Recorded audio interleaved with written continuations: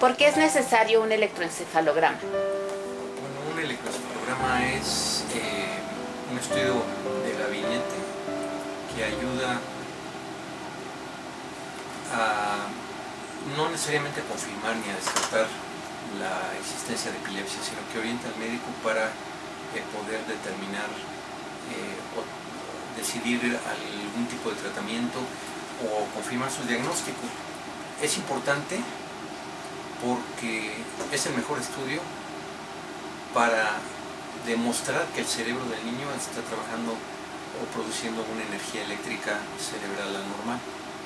El cerebro del niño trabaja con energía eléctrica del rango de la milésima parte de una pila pequeña, de una pila AA, y esa energía eléctrica debe ser muy uniforme. Cuando existe epilepsia, esa energía eléctrica se dispara, aumenta la amplitud, aumenta el voltaje y da unos grafoelementos en el trazo electroencefalográficos anormales que pueden orientar al médico a pensar en la posibilidad de que tenga un foco irritativo o que tenga una descarga que esté originando las crisis epilépticas que está presentando el paciente.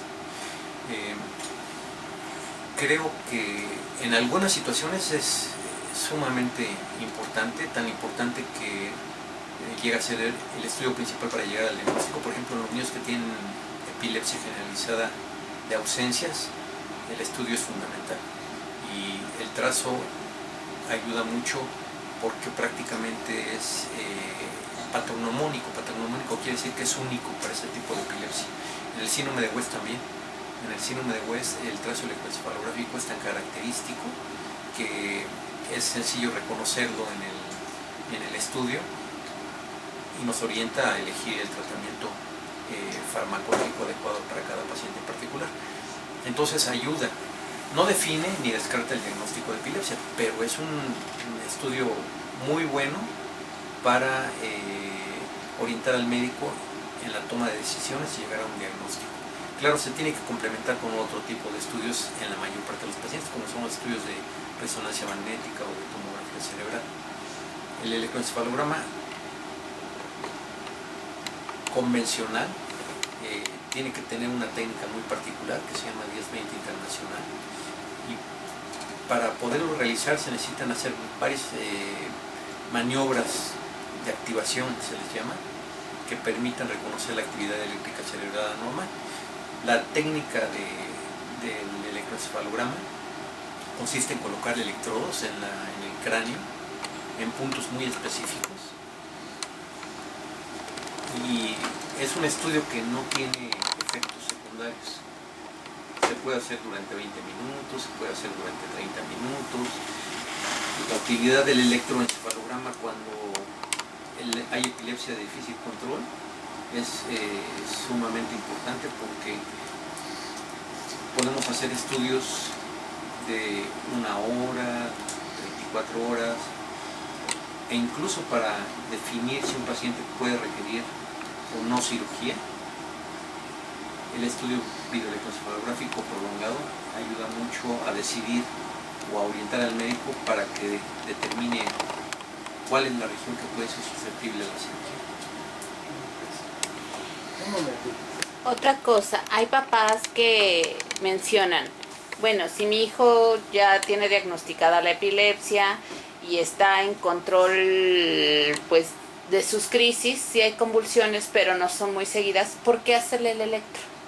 Bien, no son buenos los electroencefalogramas de rutina.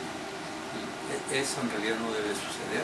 Hay indicaciones muy específicas para realizar un electroencefalograma, por supuesto para tratar de complementar el diagnóstico clínico.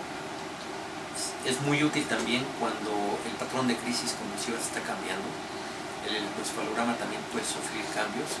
Por ejemplo, los pacientes que tienen síndrome de West, en el 40% de los casos evolucionaban hacia un síndrome que se llama Lennox, y a través de los estudios electroencefalográficos uno puede ir viendo esos cambios también y llegar a la conclusión de que está desarrollando este tipo de síndrome. También se pueden realizar cuando se sospecha que el paciente está intoxicado por fármacos, cuando el paciente por alguna razón no está evolucionando en forma adecuada. En fin, cada paciente es diferente y va a haber indicaciones muy precisas para realizar el electroencefalograma. Así como es malo que se realice en forma rutinaria, también es inadecuado que no se realice cuando realmente lo necesita el paciente. O sea, cuando aparece otro nuevo tipo de crisis. Cuando aparece otro nuevo tipo de crisis, cuando no hay una respuesta adecuada al tratamiento que se está empleando, cuando uno sospecha la posibilidad de que esté intoxicado por fármacos. Creo que son las principales. Para saber si ese paciente está mejorando, inclusive, por ejemplo, en el síndrome de West, nos ayuda mucho porque nosotros, si damos el tratamiento, vamos viendo las modificaciones en el trazo clínicas y también en el trazo electroencefalográfico. Ok, ahora, otra pregunta muy frecuente es, bueno, mi hijo tiene West. Usted menciona que 40% de los niños evolucionan o evolucionaban hacia un síndrome de Lennox. Con el electroencefalograma, al ver que comienzan a aparecer estos trazos de Lennox, ¿se puede evitar de forma farmacológica que llegue el Lennox o ya cuando aparece ya es inevitable? No, el advenimiento de nuevos antiepilépticos nos ha permitido disminuir la cantidad de pacientes que están evolucionando de West hacia Lennox. Sin embargo, también hay un grupo de pacientes que tienen daños cerebrales muy severos en los que, a pesar del tratamiento, vemos cómo la evolución se va presentando de West hacia Lennox. Otro punto importante también sería en aquel paciente que ya tiene un tiempo adecuado de tratamiento y en el cual uno va a decidir el retiro del medicamento. Se le toma el electroencefalograma y el electroencefalograma nos puede ayudar inclusive a determinar si es conveniente retirar el medicamento, si es conveniente prolongar el tiempo de tratamiento o existe la posibilidad de que si retiremos el medicamento presente un porcentaje mayor de recaída. Ok, entonces pues sí, a pesar de que es un estudio aparentemente no invasivo, que no interfiere con nada, sí nos ayuda a ver cómo está trabajando el cerebro. Desde el punto de vista neurofisiológico, el electro lo que registra es actividad eléctrica cerebral. No es un electro que permite ver el cerebro, solamente es un electroencefalograma que valora la funcionalidad desde el punto de vista eléctrico. Ok, y también otra pregunta es, ¿por qué es necesario el desvelo? Las maniobras de activación, como es el desvelo, la fotoestimulación, la aplicación de estímulos auditivos, la hiperventilación, son maniobras que se realizan durante el estudio, habitualmente rutinario, porque de esta manera la actividad eléctrica cerebral anormal se hace más aparente. Por eso a los pacientes que tienen epilepsia les recomendamos que no se desvelen. Por eso en ocasiones también les recomendamos que evitar la fatiga física en algunos casos o la fatiga mental, precisamente tratando en lo posible de que no se descontrolen debido a la falta de recuperación como un sueño adecuado, ¿no? Generalmente cuando duermen mejor hay menos posibilidades de que tengan crisis convulsivas.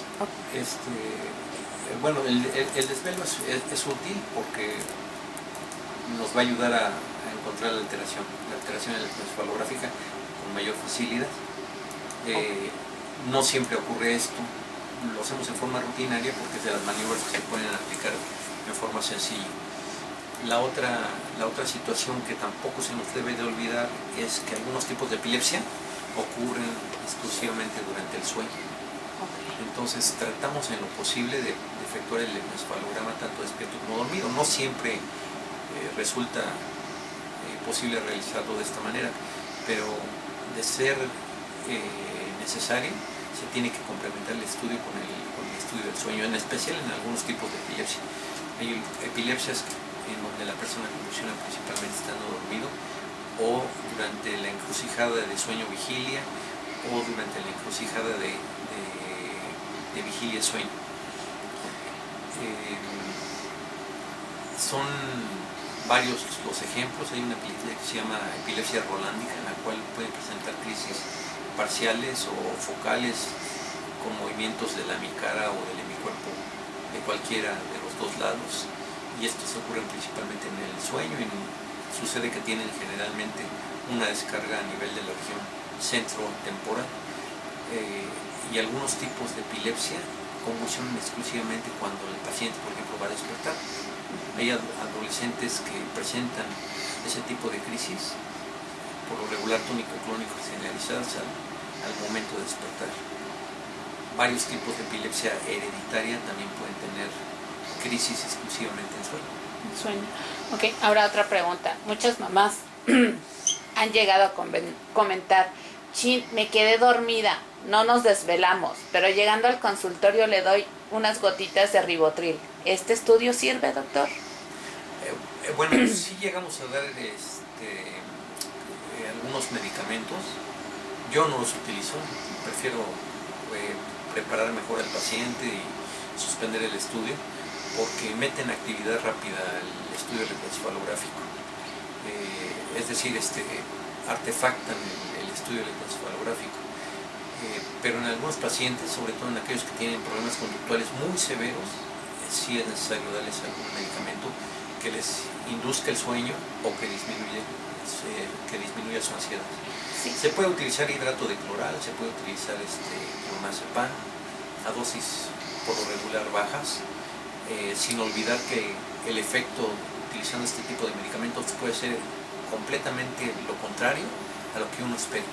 Okay. Sí, hay niños que en lugar de llegar a presentar sueño, presentan agitación psicomotora. Ok, sí, pero siempre deben de informar al médico que no se prepararon bien y que le están dando el medicamento para que tome en cuenta el médico, el electrofisiólogo y todos los que trabajan en el electro, que se dio un medicamento extra, ¿no? Sí, por lo regular lo que hacemos es, ok, no compró, vamos a prolongar el lapso de privación de sueño, o sea, los dejamos con un desvelo más prolongado. Okay. En niños más pequeñitos, en ocasiones, el realizar el electro tomando el biberón o en los brazos de la mamá puede ayudar mucho para que se tranquilice y permita que el estudio se pueda llevar a cabo. Bueno, los técnicos en electrodiagnóstico nos dedicamos a la realización de todos los estudios electrofisiológicos, principalmente pues el electroencefalograma. También realizamos los potenciales evocados auditivos, visuales, somatosensoriales. Pero bueno, en este caso del electroencefalograma tenemos la obligación de dominar la técnica de la colocación de los electrodos. Los electrodos en este caso pues son superficiales, son de disco, van directamente colocados al cuero cabelludo. Bueno, y se les pide una preparación a los papás. Tienen que traer a su niño con el pelo limpio, lavado con jabón neutro, ver rosita o sote para disminuir la impedancia que va a dar el contacto del cuero cabelludo con el electrodo. Esto va a facilitar para que obtengamos un electroencefalograma limpio, sin artefactos, y sea ahora sí que pura la actividad eléctrica cerebral. De esto va a depender mucho que se puedan registrar los grafoelementos anormales, los propios de la epilepsia, como son las puntas, las ondas lentas, la combinación de estos, ya sea en focos o en paroxismos. Tenemos que saber la descripción de cada uno de los ritmos cerebrales para determinar si están bien colocados los electrodos y ir sabiendo qué es un artefacto o qué es una actividad anormal para poder continuar con el estudio. Es muy importante la colaboración en este caso de los papás para que traigan bien preparados a sus niños. La preparación, bueno, ya lo dijimos, el cabello limpio y sobre todo el desvelo. El desvelo nos va a ayudar a activar el cerebro. En algunas condiciones normales sin desvelo no aparece nada en el electroencefalograma anormal. Activamos el cerebro por medio del desvelo. Esto quiere decir que cuando nos desvelamos nos sentimos cansados, irritados, de malas. Esto quiere decir que el cerebro está activado. Entonces es el momento de tomar el electroencefalograma, porque si existe alguna actividad anormal muy escondida por ahí, con el desvelo se va a visualizar a la hora del estudio. Si no existe ninguna anormalidad, por más que se desvele la persona, pues no va a suceder nada. Tenemos un electro normal. Y en el caso de las epilepsias, pues tenemos que estar preparados para dar los primeros auxilios en caso de crisis convulsiva durante el estudio. porque las demás activaciones, como es la fotoestimulación o la hiperventilación, lo que estamos tratando de hacer es provocar la actividad eléctrica y al mismo tiempo se puede presentar una crisis convulsiva clínica y tenemos que estar preparados para dar los primeros auxilios a los pacientes si llegan a tenerlos en el gabinete. ¿Sí?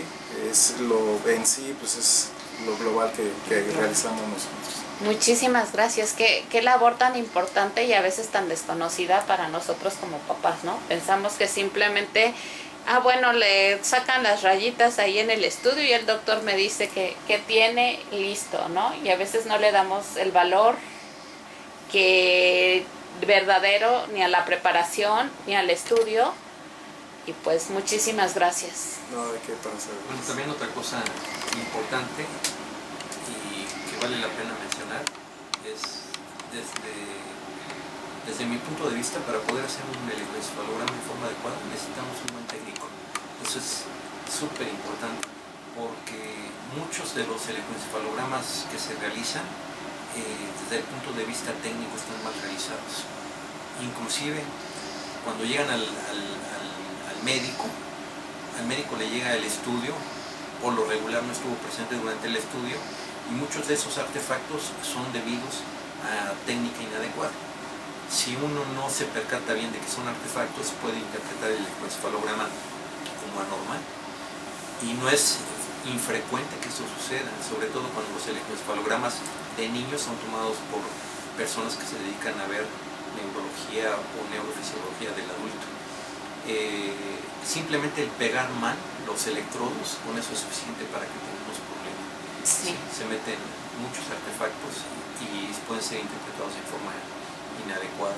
El que no marquen las alteraciones que está presentando el paciente durante el estudio también es inadecuado, porque muchas veces el paciente parpadea y hay un artefacto y no lo marcaron y se puede interpretar en forma inadecuada, o que esté apretando la mandíbula o que esté apretando los ojos. Entonces todo eso desde el punto de vista técnico se solventa si el técnico es competente. Así es. Yo como mamá entiendo la palabra artefacto como contaminación, ¿no? Algo que contamina la interpretación del estudio. Por decir, he notado que Carlos se mueve y el electro se altera, pero no es por la actividad cerebral, sino es porque él está inquieto. Exactamente. Sí. Bueno, la finalidad del electroencefalograma en epilepsia es objetivizar las alteraciones neurofisiológicas cerebrales con la clínica, con el tipo de crisis convulsivas. Ese es el principal objetivo. Tratar de objetivizar, de demostrar que existe una correlación entre la alteración del electroencefalograma y la clínica del paciente, que no siempre es posible demostrarla. Y vale la pena que sepan que el 3% de la población normal tiene electros del tipo de la epilepsia sin ser epilépticos. Sí. El 23% de la población normal en niños puede tener alteraciones electroencefalográficas que no necesariamente son de tipo epiléptico. ¿Sí? Y el electroencefalograma, al igual que el color de los ojos, que el color de la piel, que el cabello, se hereda. El patrón electroencefalográfico se hereda. Entonces, sucede que un niño puede tener una alteración electroencefalográfica y esta alteración electroencefalográfica viene de los padres o de los abuelos y no necesariamente se debe interpretar como epilepsia.